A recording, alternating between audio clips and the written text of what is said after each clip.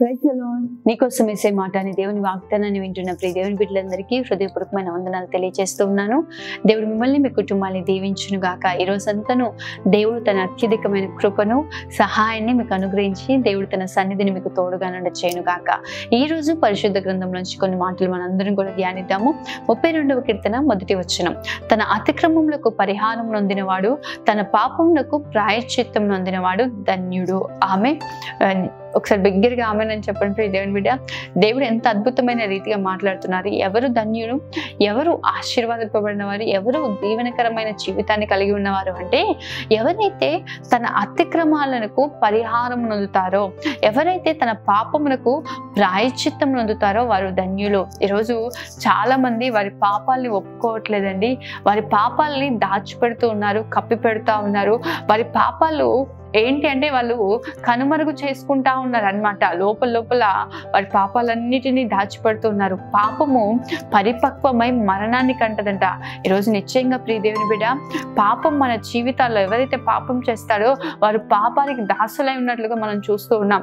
పాపం చాలా భయంకరమైనది. పాపం ఏం చేస్తుంది అంటే సొంత శరీరానికి హాని చేస్తూ ఉంటుంది. ఈరోజు పాపం చేసే వాళ్ళు ఎదుటి వాళ్ళ కంటే వారికి వారే వ్యక్తిగతంగా ఎంతో హానిని చేసుకుంటూ, ఎంతో నష్టాన్ని కలగ చేసుకుంటూ వారి జీవితాల్లో ఉన్న నెమ్మదిని, వారి జీవితాల్లో ఉన్న సంతోషాన్ని, వారి జీవితాల్లో ఉన్న ఆనందాన్ని కోల్పోతున్నట్లుగా మనం చూస్తున్నాం. ఈరోజు నిశ్చయంగా ప్రియ దేవుని బిడ్డ, పాపంలో నువ్వు జీవిస్తున్నట్లయితే, ఏదైనా పాప సంబంధమైనది నీ హృదయంలో ఉన్నట్లయితే దేవుని సన్నిధిలో ఒప్పుకొని విడిచిపెట్టడానికి ప్రయాసపడండి. పాపంతో జోలి ఏమీ లేక నివసించమని దేవుని వాక్యం సెలవిస్తా ఉంది. మనము దేవుని బిడ్డలమై ఉన్నాం. దేవుడు వెలుగై ఉన్నాడు కాబట్టి దేవుణ్ణి వెంబడించే వారు వెలుగులోనే ఉండాలి, కానీ చీకటిలో మనం జీవించకూడదు. పాపం ఎక్కడ ఉంటది అంటే చీకటిలోనే పాపం. చీకటి పాపంగా ఉంది. ఈరోజు నిశ్చయంగా ప్రియ దేవుని బిడ్డ, దేవుణ్ణి కలిగి ఉన్నవారు అని చెప్తూ నీవు ఇంకా పాపంలో జీవించినట్లయితే నీవు ఇంకా చీకట్లో ఉన్నట్లే, వెలుగులోనికి నువ్వు రానట్లే. ఈరోజు ఎవరు ధన్యులు, ఎవరు ఆశీర్వాదకరమైన జీవితాన్ని కలిగి ఉన్నారంటే మనం అనుకుంటా ఉంటాం ఏంటంటే మంచి డబ్బు ఉన్న వాళ్ళు, సమృద్ధి ఉన్న వాళ్ళు, ఆరోగ్యం ఉన్న వాళ్ళు, బలం ఉన్న వాళ్ళు ధన్యులు అనుకుంటా ఉంటారు. కానీ పాపాన్ని ఎవరైతే విడిచిపెట్టి, ఎవరైతే తన పాపానికి ప్రాయశ్చిత్తాన్ని పొందుతారో నిశ్చయంగా వారు ధన్యులై ఉన్నారు. దైవ చిత్తానుసారమైన దుఃఖము రక్షణార్థమైన మారు మనస్సును కలగచేస్తుందంట. ఈరోజు ప్రభు సన్నిధిలో నీ పాపాలను ఒప్పుకొని విడిచిపెట్టు. పాపాత్మురాలైన స్త్రీ యేసయ్య ఒక ఇంట భోజనం చేస్తున్నాడని విని ఆ ఇంటిలోకి వచ్చి యేసయ్య పాదాలను తన కన్నీటితో కడుగుతూ, తల వెంట్రుకలతో తుడుస్తూ, పాదాలను ముద్దు పెట్టుకొని అత్తరు పూస్తూ ఉందంట. అప్పుడు ప్రభు అంటా ఉంటాడు ఏమని అంటే, ఈమె విస్తారంగా నన్ను ప్రేమించింది కాబట్టి ఈమె విస్తారమైన పాపాలను నేను క్షమిస్తూ ఉన్నాను. నిజమే, మన దేవుడు మన పాపాలను క్షమించే దేవుడై ఉన్నాడు. ప్రియ దేవుని బిడ్డ, మన పాపములు ఎర్రగా రక్తం వలె ఉంటే ఆయన మనని మంచు వలె పరిశుద్ధపరిచి తెల్లగా మన జీవితాన్ని మార్చే దేవుడు. పడమటికి తూర్పు ఎంత దూరమో అంత దూరముగా మంచు తొలగిపోయినట్లుగా ప్రభు మన పాపాలన్నిటినీ తుడిచివేసే దేవుడై ఉన్నాడు. ప్రియ దేవుని బిడ్డ, దేవుని సన్నిధిలో నువ్వు చేసిన అతిక్రమం ఏదైనప్పటికీ, దేవుని సన్నిధిలో నువ్వు చేసిన పాపం ఏదైనప్పటికీ ఆయన సన్నిధిలో ఒప్పుకోండి. దావీదు దేవునికి విరోధంగా పాపం చేసి ఉన్నాడండి.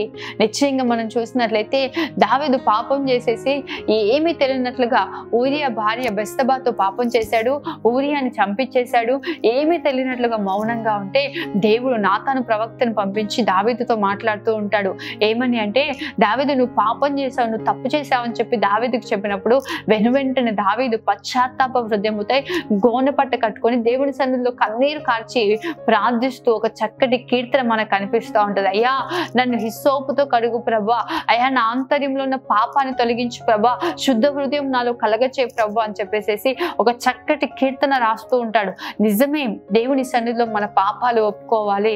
నేను పాపం చేస్తే నీకేంటి, నేను తప్పు చేస్తే నీకేంటి అని చెప్పి అహంకారంగా దావీదు ప్రవర్తించలేదు. కానీ ఎప్పుడైతే దేవుని సేవకుడైన నాతాను వచ్చి దావీదుతో మాట్లాడాడో వెనువెంటనే దావీదు తన పాపాన్ని ఒప్పుకొని ప్రభు సన్నిధిలో ప్రార్థించినట్లుగా మనం చూస్తూ ఉన్నాం.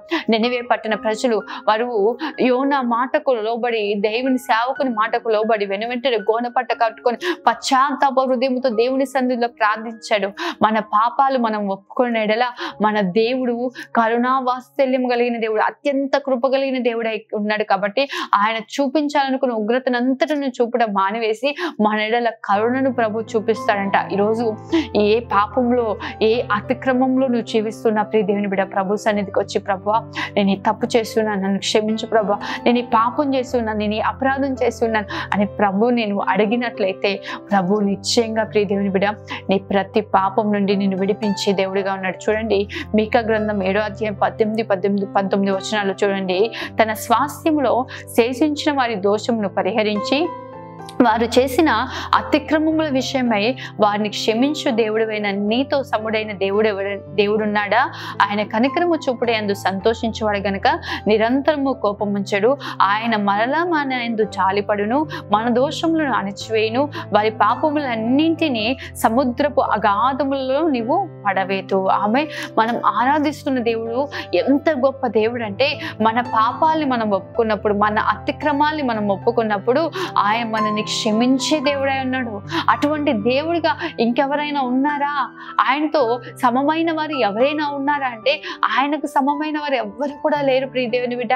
మన దేవుడు మన పాపాలని మనం ఒప్పుకున్నప్పుడు మన దేవుడు మన పాపాలన్నిటినీ ఏం చేస్తాడంటే వారి పాపములన్నిటినీ సముద్రపు అగాధాలలో ప్రభు పడివేస్తాడంట. ఇక ఎన్నటికీ కనిపించకుండా, ఇంకా ఎప్పటికీ కూడా వారి యొక్క జీవితంలో ఆ పాపం అనేది కనిపించకుండా, ఆ శాపం అనేది కనిపించకుండా ప్రభు కనుమరుగు చేసేస్తాడు, కొట్టివేస్తాడు. నిశ్చయంగా ప్రియ దేవుని బిడ్డ, నువ్వు ఎంత భయంకరమైన పాపంలో ఉన్నా, అది చిన్నదే కావచ్చు, పెద్దదే కావచ్చు, ప్రభు సన్నిధిలో ఒప్పుకొని, ప్రభా ఈ పాపపు బంధకం నుంచి నన్ను విడిపించు ప్రభా, ఈ వ్యసనం నుంచి నన్ను విడిపించు ప్రభా, ఈ దురలవాట్ల నుంచి నన్ను విడిపించు ప్రభా, ఈ అతిక్రమమైన జీవితం నుంచి నన్ను విడిపించు ప్రభా అని చెప్పి ప్రభు సన్నిధిలో ప్రార్థించు ప్రియ దేవుని బిడ్డ. ఎందుకు ప్రభు మాట చెప్తున్నాడంటే, యోహాను రాసిన మొదటి పత్రిక 1వ అధ్యాయం 9వ వచనం చూడండి.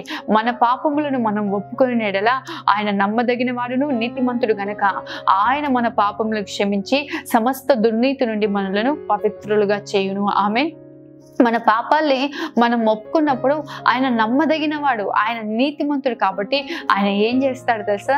మన పాపాలని నలుగురికి తెలియచేయడు, మన పాపపు జీవితాన్ని బట్టబయలు చేసి అందరి ముందు మనని నవ్వుల పాలు చేయడు. కానీ ఆయన మన ప్రతి పాపము నుండి విడిపించే దేవుడే ఉన్నాడు.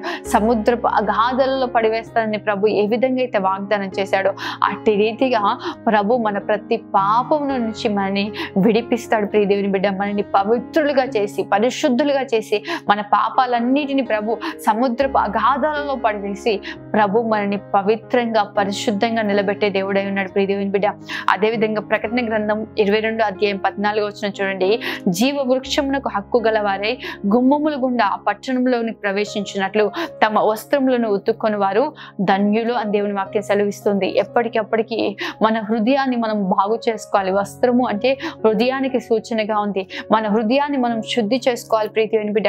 మన హృదయాన్ని మనం శుద్ధి చేసుకున్నప్పుడు మనకేం కలుగుతుందంటే, జీవ వృక్షమునకు హక్కు గల వారమై దేవుని పట్టణముల గుమ్మముల గుండా ఆ పట్టణంలో మనం ప్రవేశిస్తాము. ఎప్పుడంటే ఎవరైతే వారి వస్త్రాలను రుద్దుకుంటారో, హృదయం అనే వస్త్రాన్ని ఎవరైతే ఒత్తుకొని, ఆ హృదయాన్ని ఎవరైతే పరిశుద్ధపరచుకొని హృదయంలో దేవునికి స్థానం ఇచ్చి పాపమేది లేకుండా ఎవరైతే జీవిస్తారో వారు ఆ పట్టణంలో ప్రవేశిస్తారో జీవ వృక్షపు ఆ చెట్టుకు హక్కు గలవారుగా మార్చబడతారు. నిశ్చయంగా ప్రియ దేవుని బిడ్డ, దేవుని నిత్య రాజ్యంలో మనం ప్రవేశించాలంటే ఎప్పటికప్పటికి ఏ విధంగా అయితే మన రోజు మన వస్త్రాలను ఉతుక్కొని వాటికి ఉన్న మురికిని తొలగించుకొని శుభ్రపరచుకొని ఏ విధంగా అయితే మరలా మనం వాడుతున్నాం, ప్రతి దినం మన హృదయాన్ని మనం శుభ్రపరచుకోవాలి, మన హృదయంలో ఉన్న పాపాన్ని తొలగించుకోవాలి, మన హృదయాన్ని మనం శుద్ధి చేసుకోవాలి.